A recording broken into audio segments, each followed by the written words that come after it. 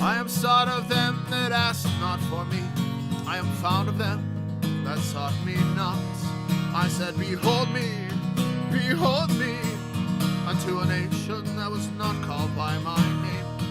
I have spread out my hands all the day to a rebellious people, which walketh in a way that was not good after their own thoughts, of people that provoke me to anger continually to my face, that sacrifice in gardens and burn incense upon altars of brick, which remain among the graves, which lodge in the monuments, which eat swine's flesh, and the broth of abominations is in their vessels, which say, stand by thyself, come not here to me. Hello, good morning. Welcome to Line by Line Bible Studies. We're continuing today in the book of Isaiah, and that being chapter 65. All right. So let's set everything up. There we go. All right.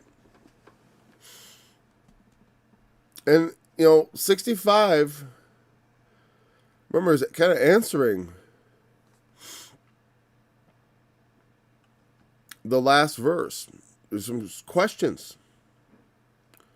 Will you refrain yourself for these things? Will you hold your peace and afflict us very sore? That doesn't mean he's going to, well, he does answer it. He answers it in, I might afflict him very sore. It's actually pretty early then.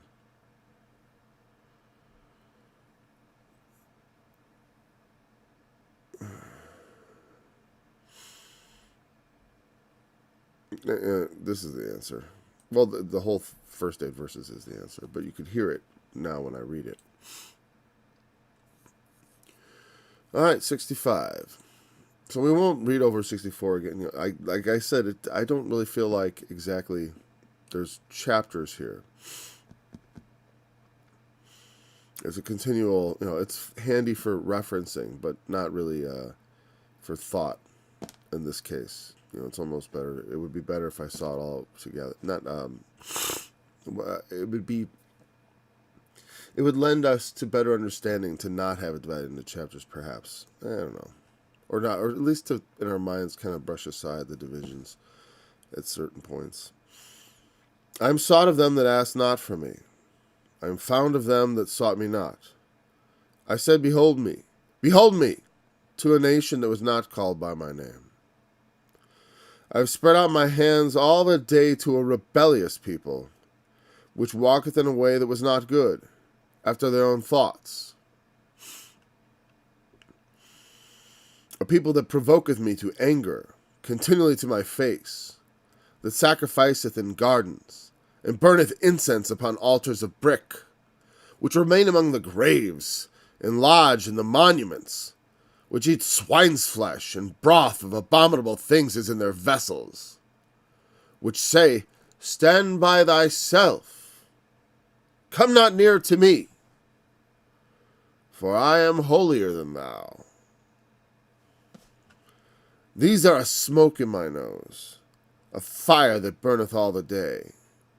Behold, it is written before me, I will not keep silence, but will recompense, even recompense into their bosom, your iniquities and the iniquities of your fathers together, saith the Lord, which have burned incense upon the mountains and blasphemed me upon the hills. Therefore will I measure their former work into their bosom. Thus saith the Lord, as the new wine is found in the cluster, and one saith, destroy it not, for a blessing is in it. So will I do for my servant's sake, that I may not destroy them all. And I will bring forth a seed out of Jacob, and out of Judah an inheritor of my mountains. And mine elect shall inherit it, and my servants shall dwell there. And Sharon shall be a fold of flocks, and the valley of Achor, a place for herds to lie down in. For my people that have sought me, but ye are they that forsake the Lord. that forget my holy mountain, that prepare a table for that troop, and furnish the drink.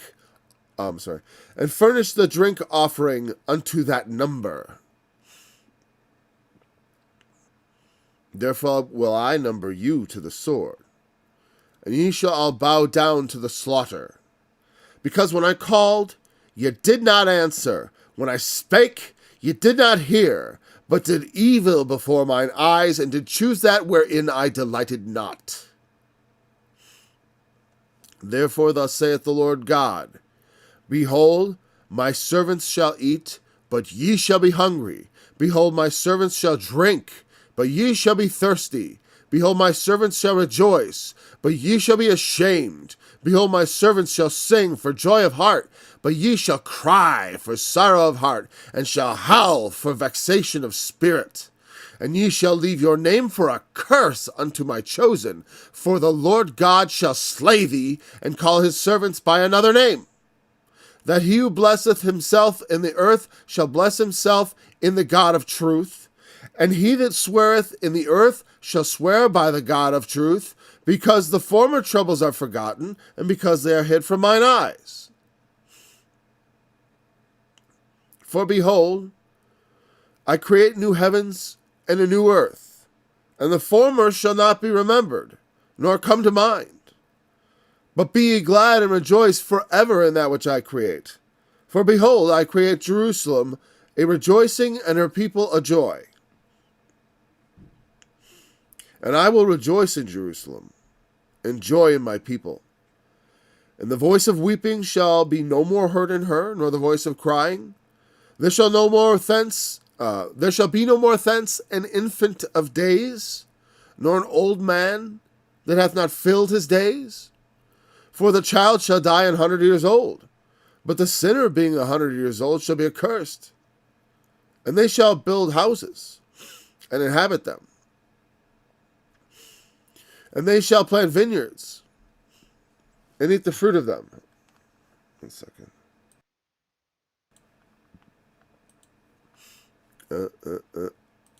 Eat the fruit of them. They shall not build and another inhabit. They shall not plant and another eat. For as the days of a tree are the days of my people, and mine elect shall long enjoy the work of their hands.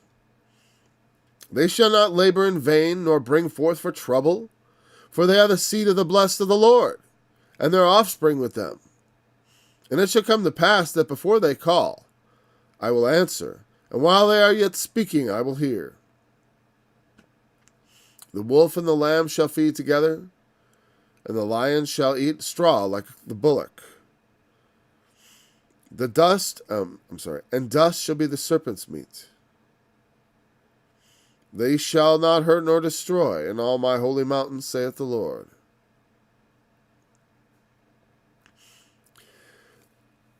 And, the next chapter is sort of like the final soliloquy of the Lord, really. He gives his response because, the Isaiah prophesied of Israel becoming captive to the Assyrians and ultimately to the Babylonians. But he gives this latter portion of Isaiah. Truly, I feel like, chapters 40 through 66 genuinely feel like the apocalypse of Isaiah. And you can see by the themes we go through here how related this is so much to so many things we read in the book of Revelation, if you're familiar with it. And if you've, studied with me or listened to my music for any length of years, you probably are somewhat familiar. But I will definitely try to point out everything I can think of. But also to comment on what it all means. So, this in the initial verses are confusing, especially this opening line. Because it's obviously intended to be an upending of things. I am sought of them that asked not for me. I am found of them that called me not. Or that sought me not, again. So, I am sought of them that asked me not. It's almost like a riddle. I am sought of them that did not ask for me. So people are seeking God who were not asking after God. They were not seeking God. I'm found of people that did not seek me. And I suppose that is the thing. What it seems pretty simple to me is like he says very clearly later on about how I let the emotion really flow when I started talking about for my servants that have sought me. You remember that from the verse? It's before all that stuff in the second. Right after this part here with the servants, you shall howl for behold that where this here. This is where it feels like a break there. Well, as far as what he talks about, he's doing, but the conclusion is in the first 16 verses. It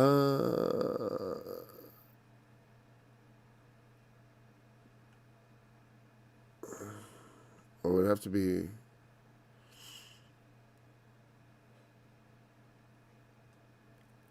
No, it does not come that way. Right?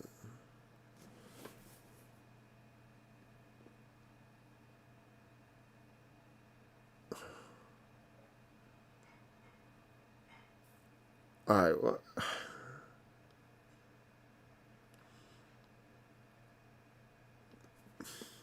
it's driving me a little nuts because I'm like, okay, whatever. I apparently can't find that part of the verse. Oh, that's annoying me. I almost feel like I need to grab the concordance, but it's like almost like. Oh, there it is, verse 10. For my people that have sought me, boy, that took an awful long time. All right, sip of coffee for that one. See, for my people that have sought me, this is what I will do.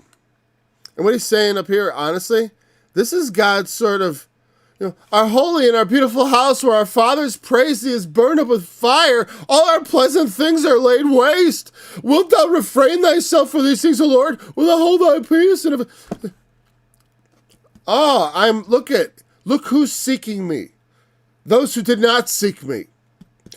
Lord, Lord, have we not prophesied in your name? Lord, Lord, have we not in their name cast out devils? Lord, Lord, have we not in your name done many wonderful works? And he will turn unto them and say, I never knew you. I don't know you. We were there praying all the time. I was in church every week.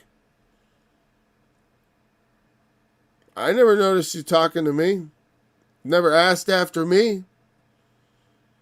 You never asked after me. What are you talking about? You asked after me. Now you're asking after me.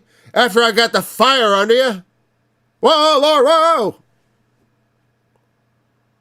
That's what that means. I'm found of them that sought me not. Oh, I found God suddenly.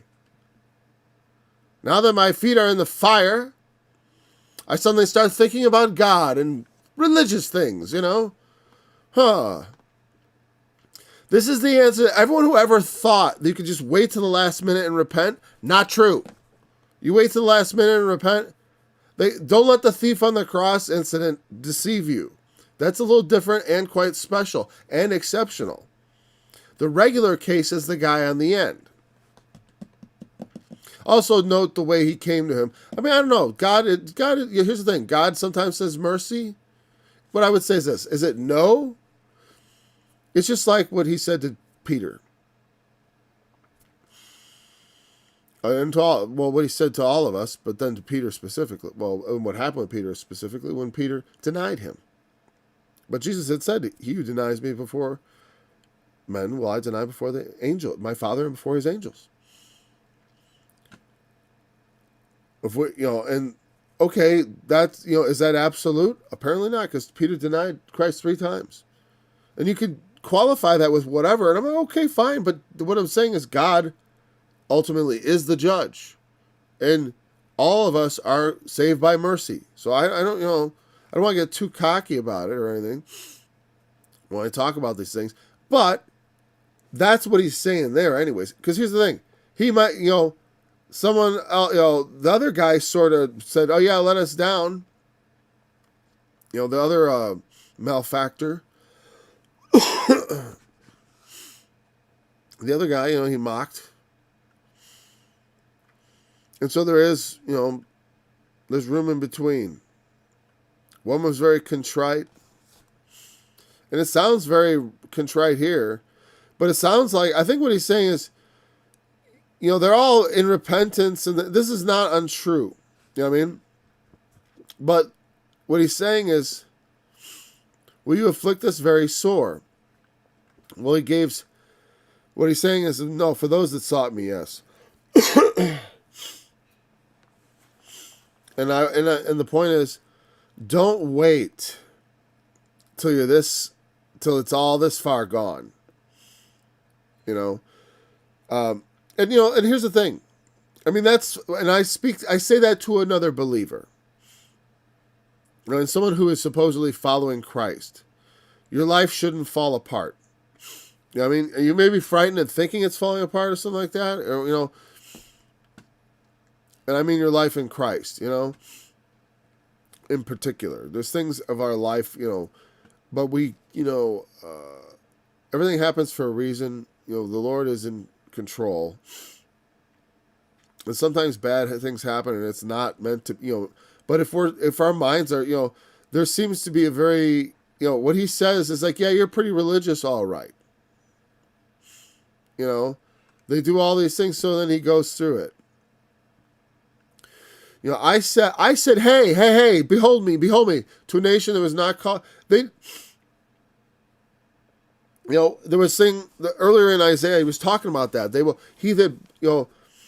Well, he says this later about he that blesses himself shall bless himself by the God of truth. But he has given all these other things of idolatry. I mean, that was a big concern. That's what he says here is like, you were called by the names of other gods, is what he's saying. Much like the marriage analogy. They were not called to, I stretched out my hand to a nation that was not called by my name. They're supposed to be called by my name, Israel. But they were not, there are, and of course, he's acknowledging there are some of them who have sought me. I will not destroy them all. I will take a seed out of Jacob. There shall be an inheritor. Obviously, that's messianic. It's singular, inheritor. But also that his servants shall dwell there, his elect. So the inheritor comes. And that it doesn't quite fully reveal, as it does in the New Testament, that we inherit with him. That by taking on Christ's righteousness, because God isn't going to accept us into his kingdom, into his, to the blessed future he has in store, without making it the highest possible threshold.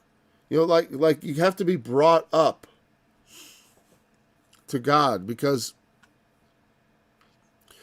as far as we have to be able to draw near to him. And to draw near to God, we cannot be unholy and unclean. But Christ makes it possible. Though, like it says, in the parable of the wedding feast, you can't show up, you don't want to show up on that day not having on a wedding garment, which is basically some sort of righteous response to the call, based on what's been given you. Just like the parable of the talents. It's not enough to just call yourself a Christian and then just live as some sort of pagan. That's what he's saying. They think Israel, oh, we're your people, we're your people. And he's saying, I don't think so. I'm not called by my name, but I've been spreading my hands out to you all day. That means all the time. For a long while. To a rebellious people. Which walk in a way that was not good after their own thoughts.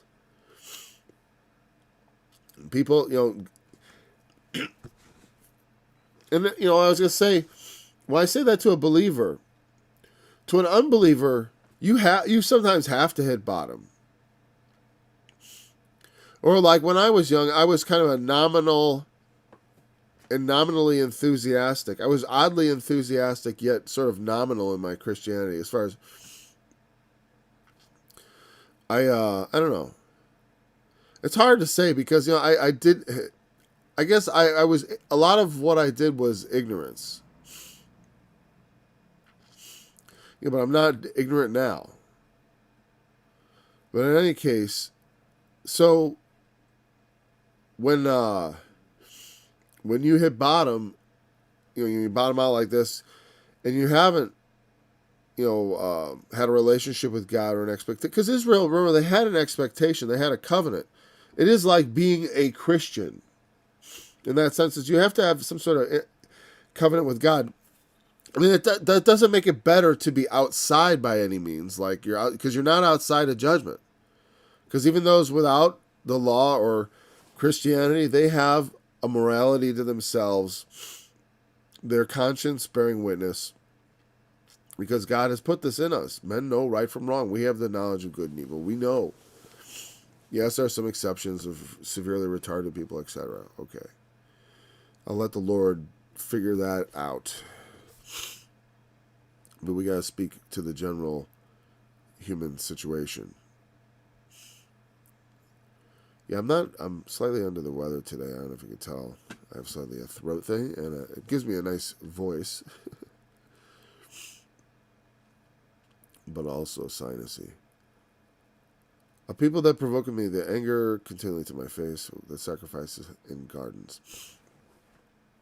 After their own thoughts is another thing that comes up more than once. Remember in chapter 55, for your thoughts are not my thoughts, neither are your ways my ways. People walk in ways that are not good, according to their own thinking. That was how my life was. But when God calls us and we respond to it, because here's the thing. There's none that seeketh after God, it says in other places.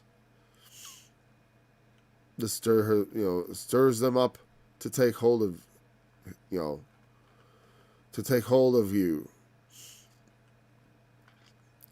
But that's true. But what God says, he says, the point here is, I've been doing this for a while. You know what I mean? So, you have opportunities, and we've had opportunities. Why? Well, God has not come in wrath yet, in a while. I mean, well, in many ways he has, but in many ways he has not. I mean, think about the world at peace right now relative to the way it can be, as far as the horrors we are capable of inflicting on ourselves. The past 2 years have been bad, and I'm thinking of life in 2019, honestly. Maybe I'm not thinking of now. But it doesn't seem much different because a lot of the long-term repercussions haven't landed yet.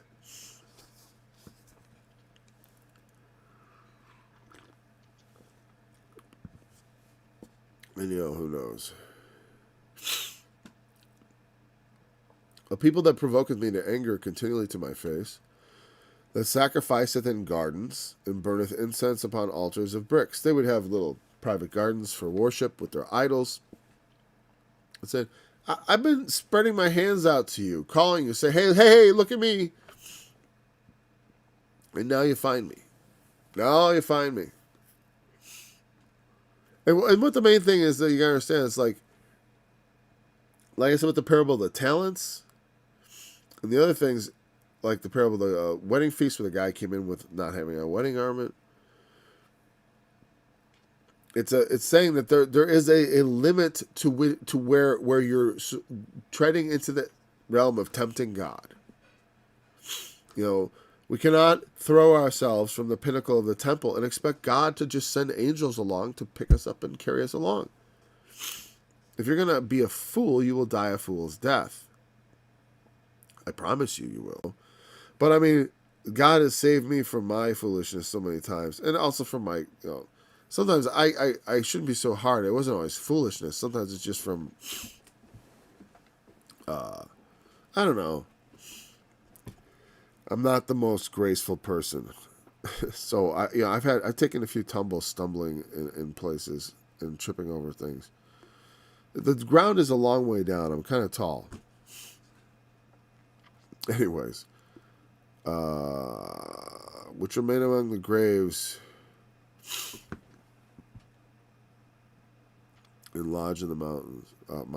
Sorry. So then it goes into this. Everything I say about burn incense. You burn incense to other gods. We get it. Which remain among the graves. That's interesting. That makes me think of like the guy in the New Testament who was possessed of devils, and he was hiding out among the graves.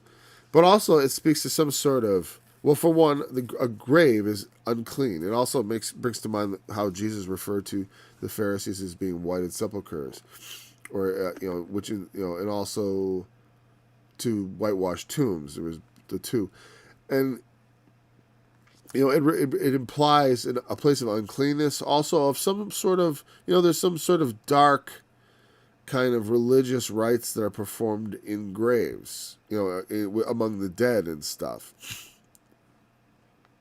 But to remain among the graves implies a lot. It can remain like, I wonder what word they use for graves. I wonder if it's Sheol. Probably not. It's probably pits or something like that. But let's take a look. All right. Remain among the graves and lodge in the monuments.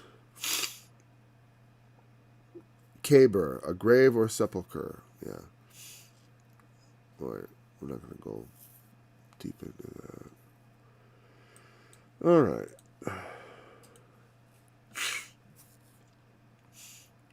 And they lodge in the monuments like the mausoleum monuments, which eat swine's flesh, another unclean thing. The broth of abominable things is in their vessels. I'm not sure how much, well, most of this seems pretty literal. Of course, also we can talk about it spiritually, which we will, of course. Because, in the Old Testament, there was a commandment not to eat swine's flesh. Because they were to be holy. That was the commandment. You are my people. You will not be like other people. You will wear special clothing.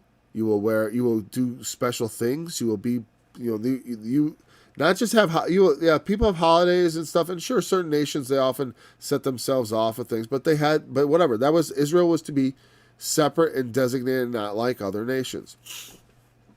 The males were all circumcised. They did not eat pork and other kinds of meat like camel.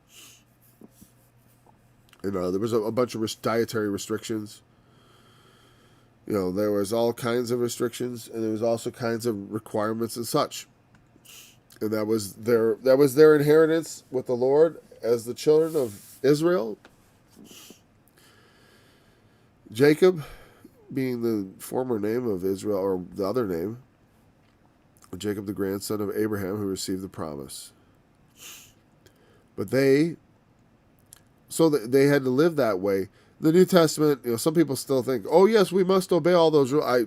I did a study. If you think we need to eat strange food or a particular diet anymore, the study I would recommend to you, because I don't want to dwell on that issue. It seems like this is not a time to bring it up. Because there are plenty of places where swine's flesh is forbidden in the Old Testament. So it's not a question of does it say what it says? It plainly means exactly what it says. But the way I look at it is it's speaking in the Old Testament. It's talking about the Jacob, myself. I'm a Gentile. I'm not claiming to be of Judah or Jews. One among the Gentiles who fears God and what was other and does righteousness. Well, some people would say I do righteousness. I don't like to boast and stuff like that. I don't want to also be like I'm just Mr. Wicked either. It's not like that. But I'd rather, like Paul said, I'd rather boast of my infirmities, my weaknesses. I'd rather talk about how I stumble about and hurt myself. More, I could die of misadventure. Like that's the level. Where is the study? Am I on the studies page? Yes, we are. But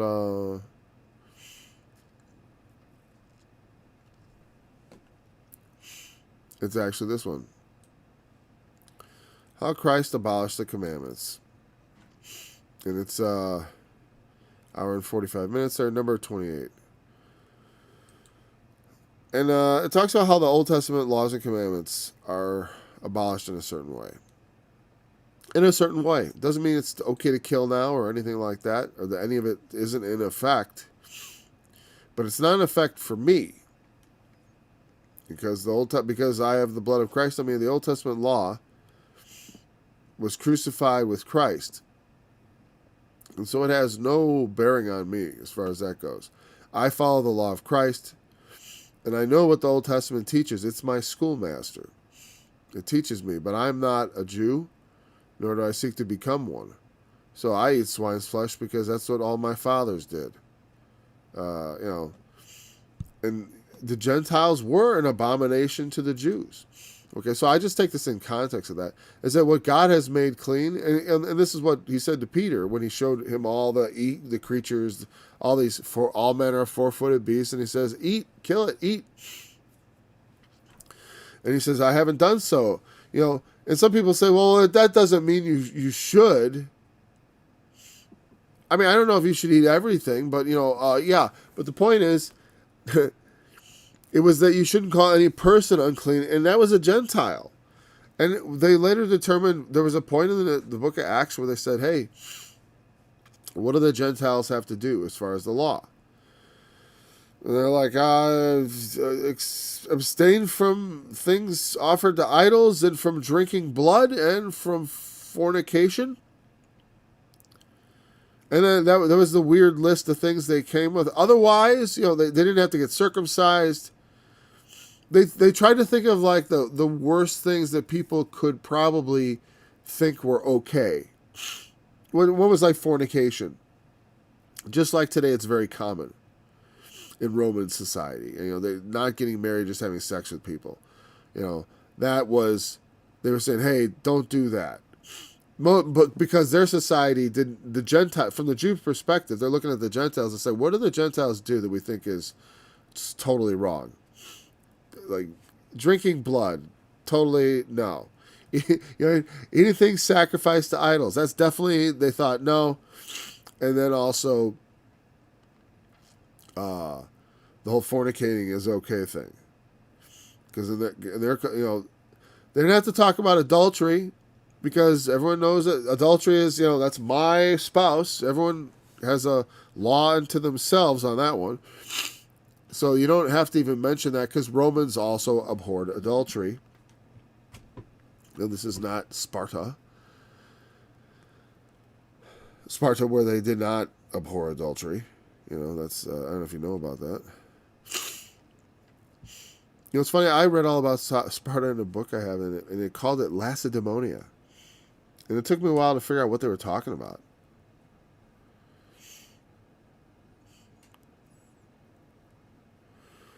Which remain among the graves. So, anyways. So, despite all these... So, the point is concerning God and the law, and as far as, the point is, they are completely unclean, unholy. And eat pork and basically not do the things I told you to do to be called by my name. You are my people, I am your God. Israel, the prince who wrestled with God.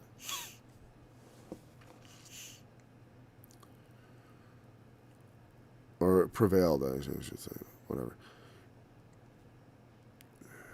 And then they have the temerity on top of all that to then say, stand by yourself, come not near to me, for I am holier than thou. I believe I did. Didn't I do a study on this too?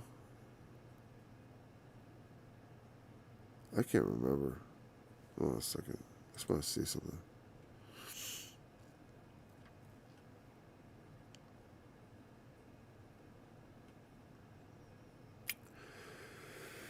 I don't remember. I feel like I did a talk about that anyways. Because, maybe I called it something else. Someone probably knows. But anyways. Oh yeah, there it is. Holier Than Thou. Number 16. It's only a 24-minute study. And I'll tell you the basic thing about it. The attitude, a lot of people don't talk like this. If you were to look around you today to see someone holier than thou, we kind of know the idea. But I'm not, it goes farther than that. And I'll simplify it like this. I'm not as sinful as you are. Let's just take the idea of being holy is ridiculous in this context. They are completely unclean. But the way people compare each other to each other, they have all this sin on them, and then they say to other people, "Stand by yourself." What does that mean? Is I take it like this: you stand separate. You're a special case. Because as I said, Peter denied Christ and was forgiven. I would say that anybody who, it's a special case. I would never do that. I'm better than you are. Virtue signaling, as they call it in our society today, maybe you've heard that term, is a form of holier than thou. Anytime someone starts talking about, well, I this and I would never, and they are a holier than thou hypocrite who should annoy you immediately. Because they annoy God. They're a smoke in his nose. You ever get smoke up in your nose? It's extremely irritating. It's a high. Ever had smoke in your nose? I've had it many times. Not just because I used to smoke, but because I've been around a lot of campfires in my time, and gotten too close to many of them. So I've gotten smoke up my nose. I had smoke up my nose this week, actually. Burned my fingers. The Lord saves me from that kind of foolishness sometimes. He lets me burn my fingers, but at least I never fall in the fire,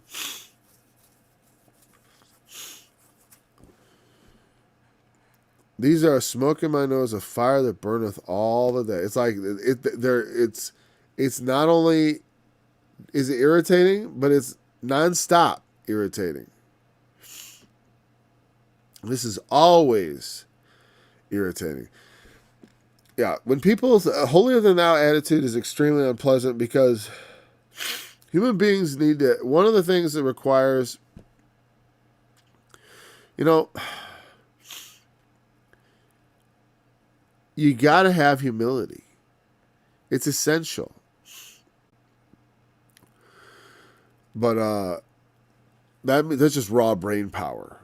That doesn't mean we have the wisdom or the right information to make good decisions and to use that for the good and for our betterment and for the betterment of the world around us, just because we have whatever.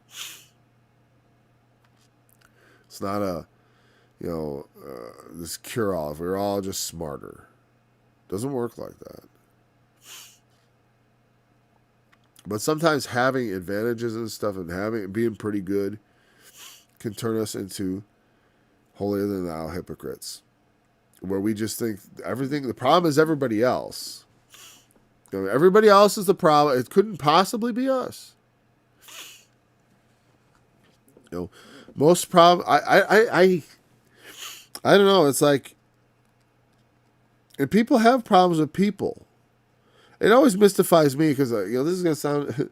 This is not meant to be holier than thou, but it's funny because yes, I don't struggle myself personally with holier than thou hypocrisy. I say it's funny because as I say it, it's sort of like I never act holier than thou. I'm not like that. But anyways, I don't go around saying it, It's funny. I was thinking. I mentioned the fact that I was tall, and I realized I don't usually mention like my exact height. Some people will throw around their height all the time. I don't think I've ever mentioned it, but I realized I've mentioned my intelligence, it's probably because when people mention it to you too much, it gets in your head. And from a child, it's, my mother had 2 special needs children. It's just that high intelligence doesn't mean you're going to be successful as far as the way that maybe some people want to be successful. And maybe that's not a good thing. I mean, maybe it is a good thing because, sometimes the paths people lay out for us are not the paths the Lord would have us tread.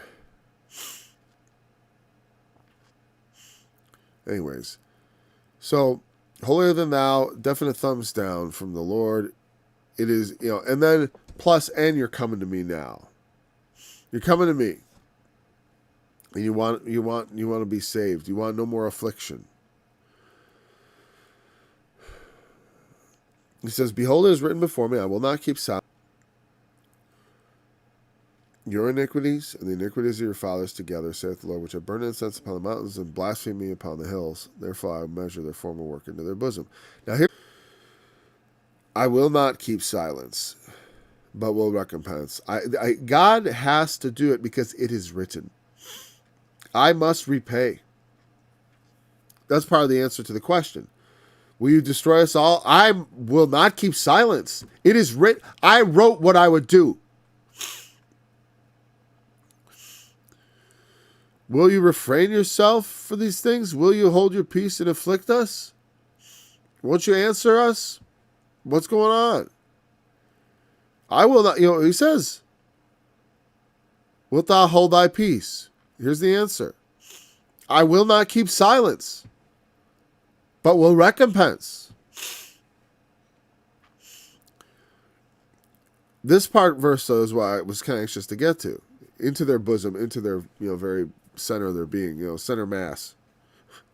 Your iniquities and the iniquities of your fathers together, which have burned incense upon the mountain. Notice, you may be familiar with the place in Ezekiel where it talks about, you have this saying that the fathers have eaten the sour grape and the children's teeth are set on edge.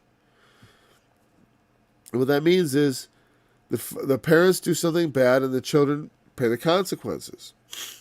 The parents have eaten the sour grape and the children are like, because they're getting the consequence, which is weird, right? You'd think it would be just they would bear their own consequence. Sometimes because of the consequences of the parents' actions and sins can have negative effects on the children. But that's not what God was talking about. What he's talking about was, will I punish them? Now, the evil that men do have consequences always that hurt other people. But and while that is not the justice of God per se, but since we have no claim to life except that we should pass from it eventually, from the point of view of God, there is no injustice that has been done that he has to prevent. He will punish the wicked and redeem the innocent, if innocent they truly are. And he has mercy on those who he has mercy. And that's the ultimate truth of things. Because God will recompense to give every man according to his works. Surely I come quickly. To give every man according to his works shall be. I am Alpha and Omega, the bright and morning star. Jesus is not messing around. Oh, well.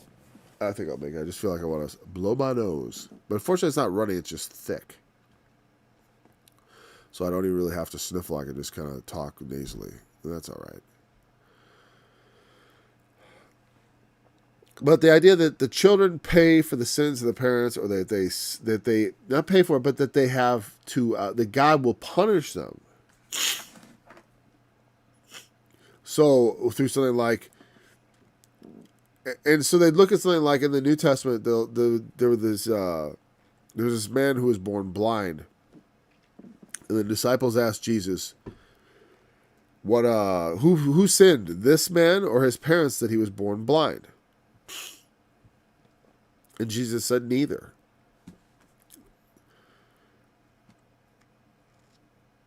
But that he was born blind, that was it for that God might be glorified? I forgot exactly what something like that. Yeah, I forgot the exact wording. Let me have a sip of coffee here.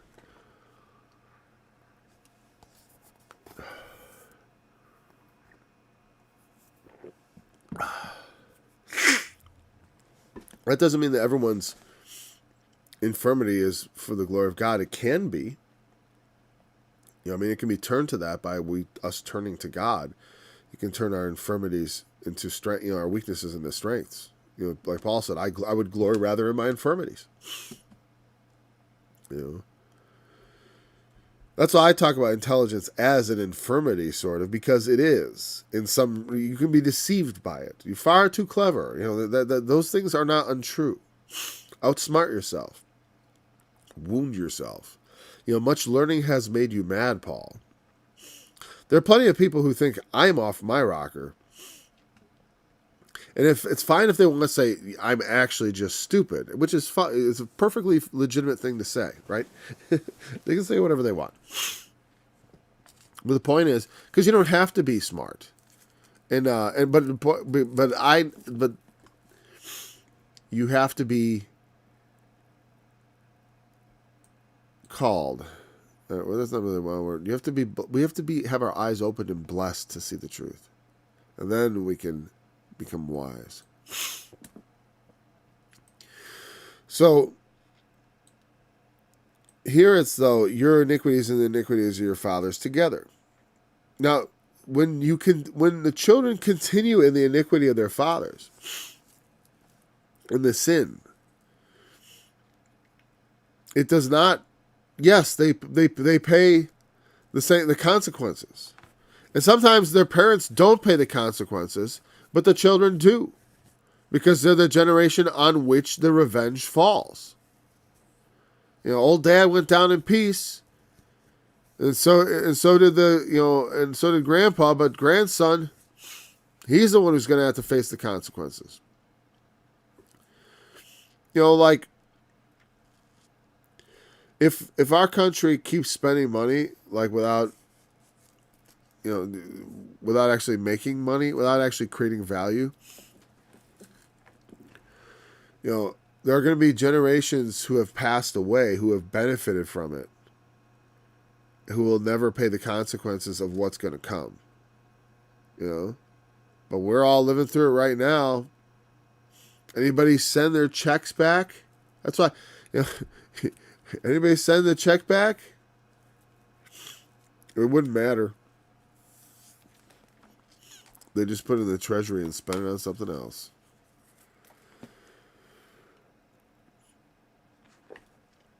And so the iniquities add up. You don't pay for your dad's sin if you turn from them. If you turn from the sins of your fathers, you will not pay for your father's sins by any means. Every man's going to bear his own iniquity, really. Because their iniquities are just the same iniquities. They burn incense on the mountains. You burn incense on the mountains. They blaspheme me on the hills. You blaspheme me on the hills. It's just like a family tradition. Therefore, I will measure their former work. I'm gonna take it from the beginning to the end, then, because you uphold the traditions of your fathers. And that's the thing. Well, Dad started it. Well, you uphold his tradition. He didn't uphold anyone's tradition. Someone, at that one end, someone didn't uphold the tradition. Someone created it, and then everyone along the way upheld it.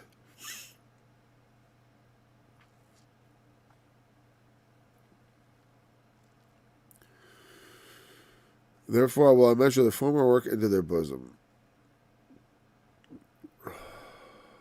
And I think what he's saying, their former work here, actually refers to, before, I am sought of them that ask not for me. I'm going to talk about the former work. They were not asking for me before. Oh, they seek me now. Oh, they're finding me now.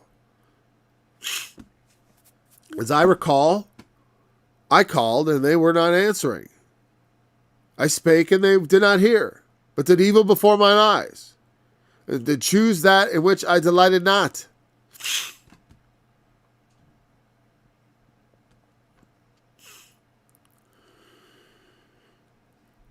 Thus saith the Lord, as a new wine is found in the cluster, and the one saith, destroy it not, for a blessing is in it, so will I do for my servant's sake, that I may not destroy them all.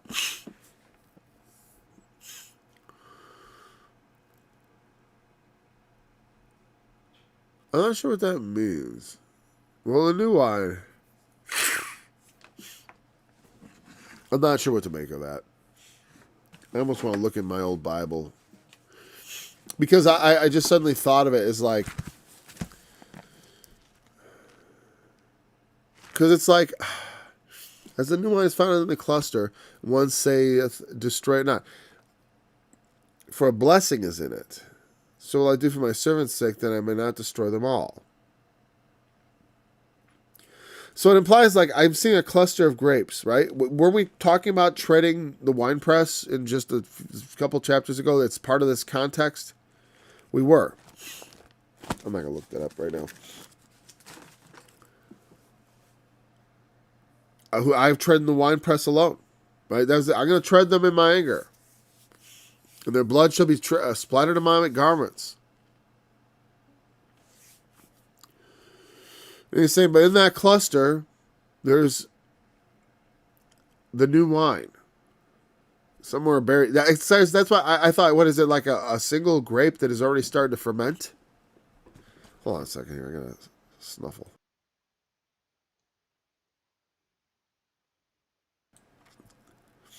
Because I thought, well, maybe that's wine just starting out. But I thought new wine was just grape juice, freshly squeezed. But I don't know. Maybe it doesn't count until it started to ferment. See, sometimes the first ripe grape, sometimes you bite into grapes and you can taste a little, like fermentation has begun. And I don't know if that's what it's referring to. So, I mean, I understand the basic idea here. The point is, I'm going to save a remnant, a portion of my people. I will not destroy them all. For my servant's sake, I will not destroy all Israel. Israel is supposed to be my servant. Israel is supposed to be but they're not serving me. And they are not called by my name, and I reject them.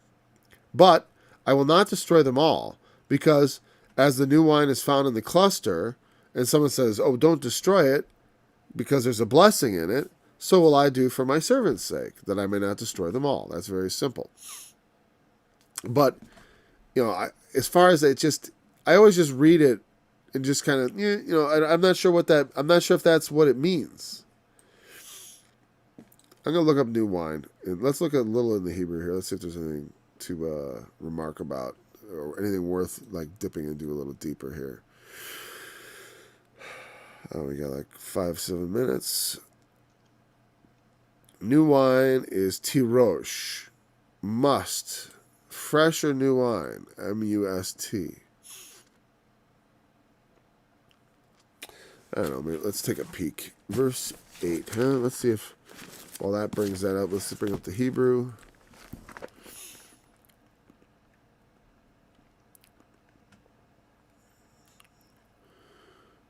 Mush. In the sense of expulsion, must or fresh grape juice just squeezed out. By implication, rarely fermented wine. So it's not new. Yeah, rarely fermented. I don't think it means that here. But new wine is found in the cluster. You know what I mean? That's just a cluster.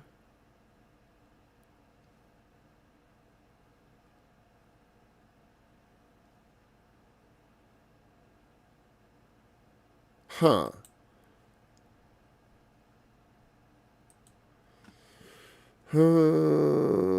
Let's see. Here it says,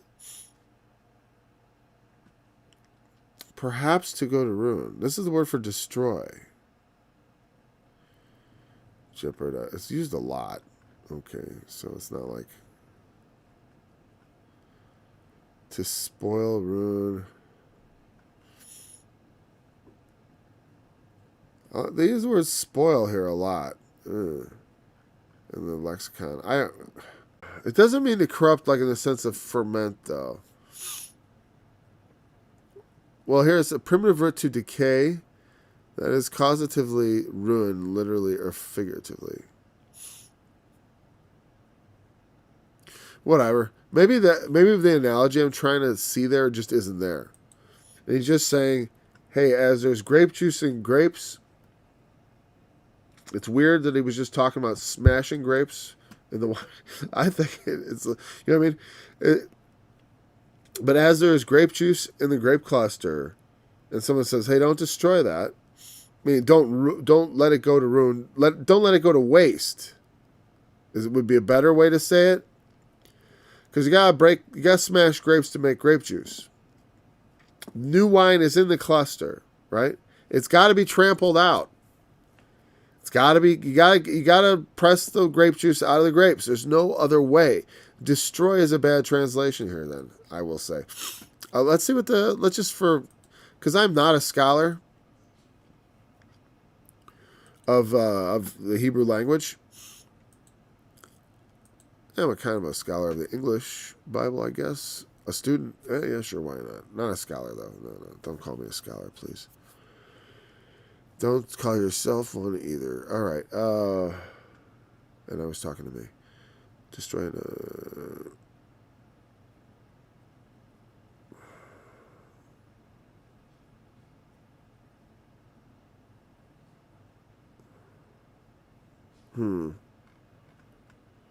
So let's just try the NIV, since we're going for an interpretation.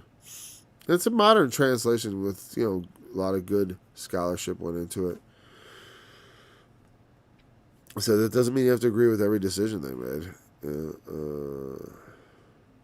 Don't destroy it. There's still a blessing in it. As when juice is still found in a cluster of grapes. And people say, don't destroy it. There's still a blessing in it. Oh. I guess because the grapes are not all... Is it like a reference? They seem to be trying to say there's some sort of a remnant of juice left in the grapes. Okay. That's an interesting thought. But even so, like I said, don't let it go to waste. They have the same idea. Don't waste it. Whatever's like, if you envision the grapes being treaded out and there's still some juice left or something like that, that's what they were trying to say. But don't let that go to waste. There's still something there. There's still more juice in those grapes. Israel may have been trodden in God's winepress. And I will tread the people down in my anger and make them drunk in my fury, and bring down their blood. But still, he does not utterly destroy. He does not utterly let it go to waste. But he saves. He does not destroy them all and saves his servants. I will bring forth a seed out of Jacob, out of Judah, an inheritor of my mountains. And mine elect shall inherit it, and my servants shall dwell there. That is, of course, the Lord Jesus. He is the elect of elect. And he is the chosen one. He is the Messiah, the inheritor of all that is God's. But elect also refers to all of us. We are his elect. We are his servants. And so he is the inheritor, but we also inherit with him. And we dwell with him.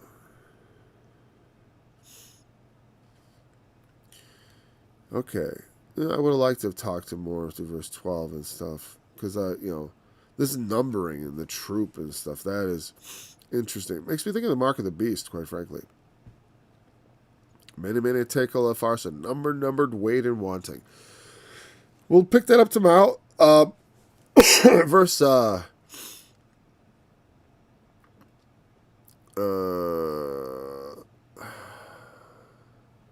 we'll say 10.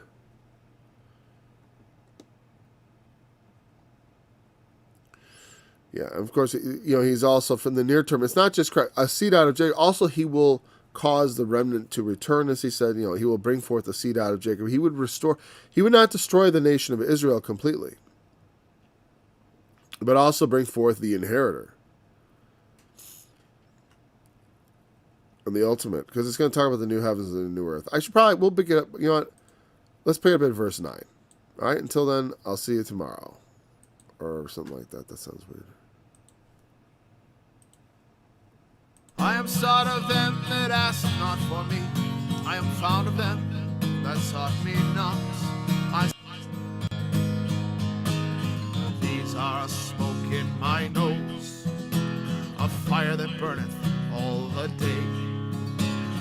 Behold, it is written before me, I will not keep silence, but will recompense, even recompense into their bosom. And the iniquities of your fathers together, saith the Lord, which have burned incense upon the mountains, and blasphemed me upon the hills. Therefore I will measure their former work into their bosom. Thus saith the Lord, as the new wine is found in the cluster, and one saith, destroy it not.